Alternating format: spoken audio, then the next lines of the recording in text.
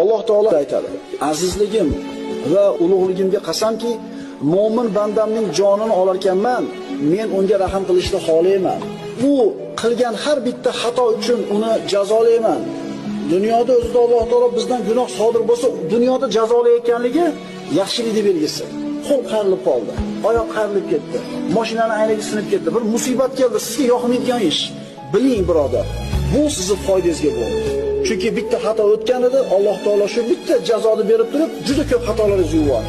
Alloh taolo aytadi: "Jasadidagi kasal yoki rizqidagi torlik bilan sinayman. Molidagi yoki bolasidagi musibat bilan jazolayman. Shunday qilib musibat orqasidan gunohlarni yuvaraman.